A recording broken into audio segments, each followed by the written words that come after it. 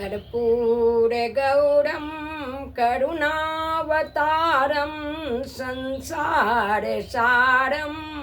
भुजगेन्द्रहारं सदा वसन्तं हृदयारविन्दे भवं भवानी सहितं नमामि। त्वमेव माता च पिता त्वमेव बन्धुश्च सखा त्वमेव विद्या द्रविणं त्वमेव सर्वं मम देव। जनकसुता जगजननी जानकी अतिशय प्रिय करुणा निधानकी। ताके युगपद कमल मनाबों जासु कृपा निर्मल मति पाबों। मंगल भवनिया मंगलहारी दरबहु सो दशरथ अजिर बिहारी। बोल दे राजा रामचंद्र भगवान की जय। वीर बजरंग बली की जय। उमापति महादेव की जय।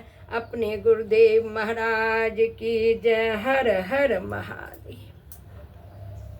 आइए रामचरितमानस के अंतर्गत हम लोग माता पार्वती का जन्म हो गया है, ये कथा पिछले दिन सुन लिए। नारद जी आए हैं, उनका नामकरण किए हैं और आशीर्वाद देकर नारद जी विदा हुए हैं, ब्रह्मलोक को गए हैं। आज माता पार्वती कठिन तप की हैं, उसी कथा को हम आगे बढ़ाते हैं। गोस्वामी जी कहे कही अस ब्रह्म भवन मुनि गायाऊं आगिल चरित सुनहु जस भायाऊं। याज्ञवल्क्य जी महाराज भरद्वाज जी को कथा सुना रहे हैं, उसी में कहते हैं कि ऐसा कह के पार्वती जी को कल्याणप्रद आशीर्वाद देकर नारद जी ब्रह्म भवन ब्रह्मलोक को सिधारे। क्यों? नारद जी सब जगह से घूम फिर कर सब समाचार ब्रह्मा जी को जाके सुनाते हैं और ब्रह्मा जी बहुत प्रेम से सुनते हैं भगवान की लीला को। तब जब नारद जी चले गए, माता पार्वती भी सखियों के साथ अपना चली गई। जब एकांत हुआ तब मैना पार्वती जी की माँ जो हैं वो पति के चरणों में लिपट कर कहती हैं पति एकांत पाई कह मैना नाथन मैं समूझे निज मुनि बहना। माता पार्वती की मैया जो हैं वो नारद जी के मुंह से सुने थे कि वर जो मिलेगा बेटी का वो बड़ा अवगुण वाला है। तो जब एकांत हुआ तो हिमाचल राजा के चरणों पर गिर पर पूछती हैं कि हे स्वामी नारद जी क्या कहे, मैं पूरी बात नहीं समझ सकी। और फिर कहते हैं जो घर बारू कुल होई अनुपा तो करिए विवाह सूता अनुरूपा। हे स्वामी घर बार कुल यदि सुंदर हो, स्वाभाविक ही पुत्री के अनुकूल हो तभी कीजिएगा, नहीं तो नहीं कीजिएगा। क्यों? क्योंकि कहा गया है कि कन्या का विवाह बहुत सोच समझ कर करना चाहिए। यदि किसी ऐसे वर के साथ कन्या का विवाह हो जाता है, कन्या जिंदगी भर दुख भोगती है, तो उसके दुख से माता पिता भी दुखी हो जाते हैं। इसलिए मैना कहती हैं कि जो घर वर कुल होय अनुपा तो करिए विवाह सुता अनुरूपा। पुत्री के अनुरूप वर होना चाहिए, घर होना चाहिए और कुल होना चाहिए। कहा गया है कि कन्या बरियते रूपम माता वित्तम पिता सुतम बांधवा कुल मिच्छन्ति मिष्टान मित्रे जना। अर्थात कन्या रूपवान पति चाहती है और माता धन चाहते हैं, ऐश्वर्यवान मेरा दामाद हो, और पिता चाहते हैं ज्ञानवान दामाद हो, अब बंधु वर्ग चाहते हैं उत्तम कुल हो, और बाराती के लोग चाहते हैं मुझे भरपेट मिठाई और स्वागत सत्कार होना चाहिए।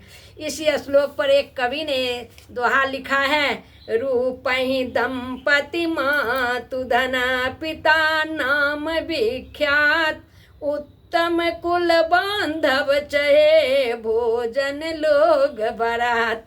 बारात को तो बस अच्छा अच्छा भोजन और स्वागत सत्कार ही चाहिए।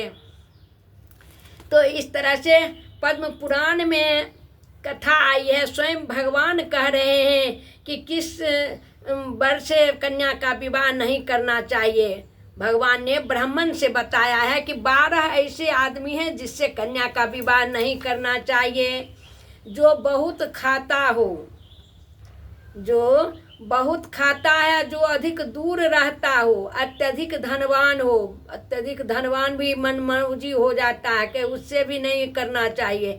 जिसमें अधिक दुष्टता हो और जिसका कुल उत्तम ना हो, जो मूर्ख हो, जो अत्यंत वृद्ध हो, अत्यंत दीन हो, रोगी हो, अति निकट रहने वाला हो, अत्यंत क्रोधी हो और असंतुष्ट रहने वाला हो, कई ऐसे 12 व्यक्तियों के हाथ कन्या का दान नहीं करना चाहिए। तो वही मैना कहती हैं कि यदि अनुरूप घर बर हो तो हे स्वामी कन्या का विवाह कीजिएगा, अन्यथा नत कन्या बरु रही कुंवारी, कंत उमा मम प्राण प्यारी। हे स्वामी, हे प्रभु, उमा जो है मुझे प्राणों के समान प्यारी है, इसलिए कोई ऐसा वर जो नारद जी बतला रहे थे आप उनके ढांचे में आके मत कर लीजिएगा। खूब सोच समझ कर कीजिएगा, जिससे पीछे पछताना नहीं पड़े, पीछे हृदय में दाह उत्पन्न नहीं हो। इसलिए एक चूंकि विवाह एक ही बार होता है।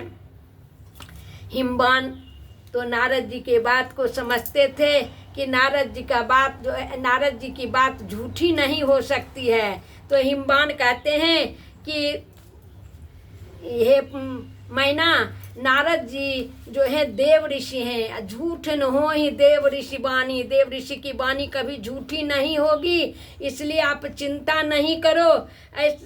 और चिंता नहीं करो तो क्या करो कि भगवान जी का स्मरण करो। प्रिया सोच परिहरहूँ अब सुमिरहूँ श्री भगवान, पार्वती निर्मयऊ जही स्वय करियहि कल्याण। हे प्रिया, अब सोच करने से कुछ होगा नहीं। एक ही उपाय है कि भगवान का स्मरण किया जाए, और स्मरण करने से जो है भगवान अच्छा ही करते हैं। बुरा भी होने वाला होता है तो उसको अच्छाई में बदल देते हैं। कैसे कहे हैं कि भाव्य मेट सकिए त्रिपुरारी। शंकर जी हैं, ब्रह्मा के विधान को भी मेट सकते हैं। तो उसी भाव में कहते हैं कि अब जो है हम लोग भगवान का ही स्मरण करें। एक रही कवि हुए हैं, वो भी कहे हैं कि रन बन व्याधि विपत्ति में रही मन मरहु न रोय, अजो रक्षक जननी जठर सो हरि गयऊ न सोय। रहीम कवि कहते हैं जिसने माँ के गर्भ में 9 महीना 10 महीना हमारा पालन पोषण किया वह हरि सोए नहीं है। इसलिए उन हरि के भरोसे ही हम विश्वास पूर्वक भगवान का नाम लें तो भगवान हमें अच्छा ही फल देंगे।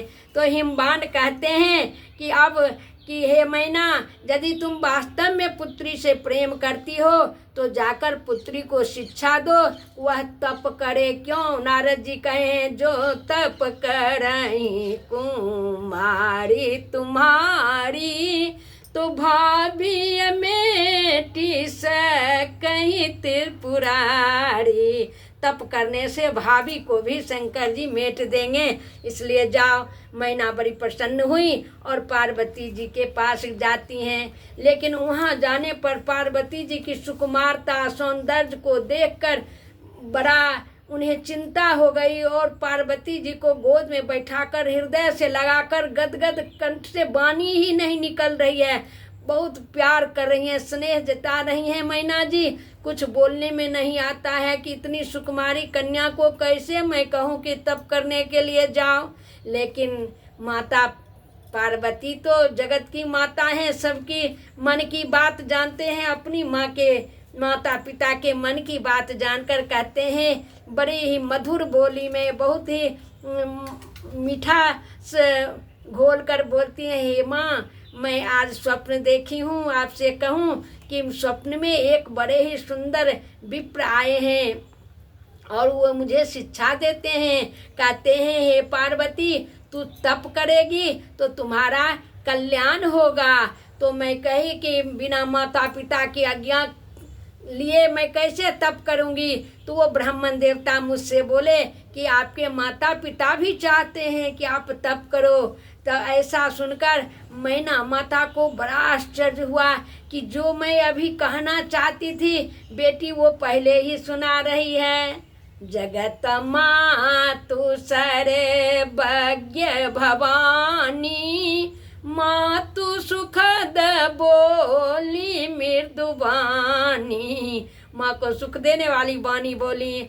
सुनहि मातु मैं दीखिया सपन सुनाबहु तोहि, सुंदर गौर सुविप्र बर अस उपदेश मोहि। क्या उपदेश दिए हैं? करहीं जाई तपु शैल कुमारी, नारद कहा सो सत्य विचारी। मातु पिता ही पुनि यह मत भावा, तप सुख पर्द दुख दोष न साबा। तप बल कहे क्या होगा तप करने से? कहे तप से सारे दुख दूर हो जाएंगे और सुख की प्राप्ति होगी।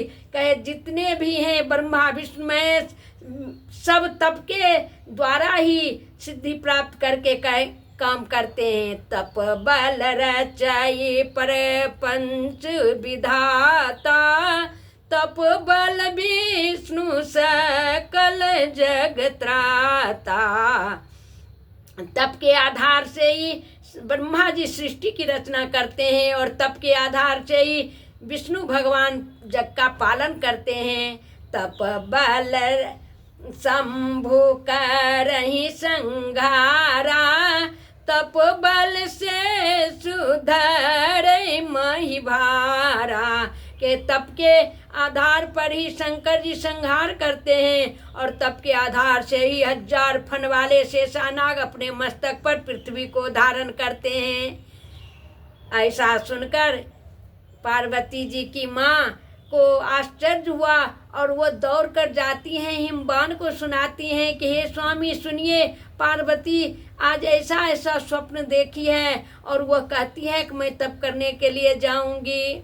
सारे माता पिता भाई बंधु कुटुंब जन परिजन जो भी था सब आकर पार्वती जी को समझाता है। एक तो छोटी उम्र है, दूसरे बड़े ही कोमल हैं, सुकुमारी हैं, आप कैसे तप करोगी? तप करने की अभी उम्र नहीं हुई है, ऐसा बात समझाते हैं। लेकिन पार्वती माता तो शैलपुत्री है ना, दृढ़ता से नारद जी के वचन को पकड़ी हैं, तो वो चल दी तप करने के लिए। सारे कुटुंब सब व्याकुल हो गए हैं। उसी समय वेदशिरा मुनि आकर सारे कुटुंबियों को समझाए हैं कि आप जिन्हें छोटी समझती हो ये जगत की माता हैं, ये सदा शंकर जी की अर्धांगिनी शुरू से ही हैं, इसलिए चिंता नहीं कीजिए। वेदशिरा मुनि आई तब सब ही कहा समुझाए, पार्वती महिमा सुनत रहे प्रबोध ही पाई, सियावर रामचंद्र की जय। मुनि के वचनों को सुनकर सारे परिवारजन कुटुंबी जन को संतोष हुआ, प्रबोध हुआ, ज्ञान हुआ कि ये जगत जननी माँ है। पूरा तो कोई मुनि नहीं खोले, न नारद जी खोले भेद, न है वेद शिरा मुनि पूरा खुल जाएगा भेद। ये माता पार्वती हैं, वो शंकर जी की अर्धांगिनी है, तब अभी लीला में बाधा आएगी, इसलिए थोड़ा समझा दिए, सबको थोड़ा संतोष हुआ। पार्वती माता चली तप करने के लिए। कैसे? तो उर्धरि उमा प्राणपति चरे ना, जाई विपिन लागी तप करे ना। हृदय में शंकर जी के चरणों को जब प्राण छोड़ने लगी हैं सती रूप में, तब भी उर्धरि चंद्र मौल विष केतु हृदय में शंकर जी के चरणों को धारण करके प्राण छोड़ी हैं। और अभी भी शंकर जी के मरने के समय भी वरदान मांगे कि जन्म जन्म शिव पद अनुरागा, भगवान शंकर के चरणों में प्रेम हो। इसलिए शंकर जी के चरणों को हृदय में धारण करके, जो कि उनके प्राणपति हैं, प्रियतम हैं, जाकर जंगल में तप करने लगी। अति सुकुमार न तनु तप जोगु, पति पद सुमेरित जऊं सब भोगु। अत्यंत ही सुकुमारी हैं, कोमलांगनी हैं, तन जो है, शरीर जो है अभी तप करने लायक नहीं है, लेकिन पति के पद का स्मरण करके सब संसारिक भोग विलास को त्याग कर तप करने चली हैं। और तप में इतना मन लग रहा है, कहते हैं नित नव चरण उपजय अनुरागा, बिसरी देह तप ही मनु लागा। तप में इतना मन लग गया कि ये शरीर की सुधि भी भूल गई, शरीर को सुख दुख हो रहा है यह कुछ भी याद नहीं रहा। और पार्वती माता कठिन तप करने लगी। गोस्वामी जी कहे हैं कि 1000 वर्ष तक मूल और फल खाई और 100 वर्ष तक साग खाकर बिताई। कुछ दिन जल और पवन पीकर ही रही और 3000 वर्ष तक तो जो पत्ता, बेलपत्र का पत्ता जो गिर जाता था सूखा हुआ, वह खाई। और कुछ दिनों के बाद पत्ता भी छोड़ दी। तब पार्वती जी का नाम अपर्णा हो गया। पर्ण मने पत्ता होता है, पत्ता खाना छोड़ रही तो वही नाम तब भयो अपर्णा, अपर्णा नाम हो गया। अब तपस्या करते करते शरीर एकदम सूख गया, हाड़ मांस हड्डी दिखने लगा।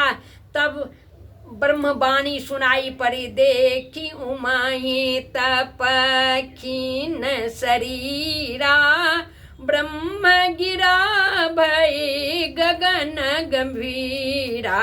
ब्रह्मवाणी गंभीर शब्द सुनाई दी क्या, तो भयो मनोरथ सुफल तब सुनु गिरिराज कुमार, परिहर दुसह कलेश सब अब मिली हहीं त्रिपुरार। कहते हैं हे उमा, हे पार्वती, तुम्हारा मनोरथ सफल हुआ। तुम गिरजा की कुमारी हो, दृढ़ता से तूने तप किया। अब यह कष्ट छोड़कर अब घर जाओ, अब शंकर जी मिलेंगे। लेकिन कब मिलेंगे तो वो भी कहे हैं कि जब आपके पिता बुलाने के लिए आए तब जरूर चले जाइएगा। और तब भी उसके पहले, पिता के बुलाने के पहले सप्त ऋषि आएंगे शंकर जी की ओर से भवानी की परीक्षा लेने के लिए। तो ब्रह्मवाणी कहती है कि हे भवानी, अनेक धीर मुनि और ज्ञानी हो गए पर ऐसा उग्र तप किसी ने नहीं किया। अब इस श्रेष्ठ ब्रह्मवाणी को तुम सदा सत्य और निरंतर पवित्र जानकर हृदय में धारण करो।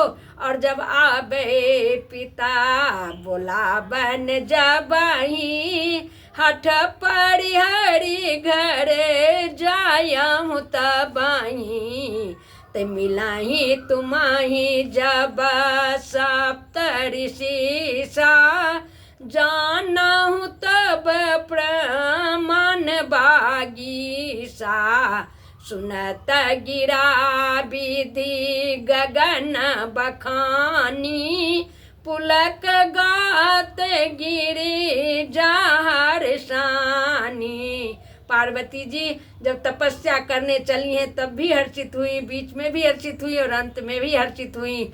इस हर्ष का कारण है कि मनोरथ सफल होगा। उमा चरित, अब गोस्वामी जी कहते हैं उमा चरित सुंदर माई गाबा, सुनहु शंभु कर चरित सुहावा। गोसाई जी कहते हैं कि माता पार्वती के तप का प्रकरण, तपस्या कैसे की ये मैं सुना दिया। अब शंकर जी का क्या हाल है वो मैं कहूँगा। तो मैं भी आज यहीं पर कथा को विश्राम देती हूँ और कल फिर शंकर भगवान के प्रकरण पर कथा होगी। 2 बार प्रभु का नाम। बोलो श्री राम जय जय राम। बोलो श्री राम जय जय राम। बोलो श्री राम जय जय राम। बोलो जय जय विघ्न हरन हनुमान। बोलो जय जय विघ्न हरन हनुमान। बोल दे राजा रामचंद्र की जय, वीर बजरंगबली की जय, उमापति महादेव की जय। हर हर महादेव। मनसा वाचा कर्मणा कर्म शुभा शुभ जो सो सब सीताराम पद सकल समर्पण हो।